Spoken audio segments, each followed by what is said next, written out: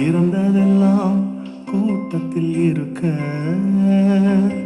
தரமிழந்த என்னை தேடி வந்தது ஏன்? சிறந்ததெல்லாம் கூட்டத்தில் இருக்க தரமிழந்த என்னை தேடி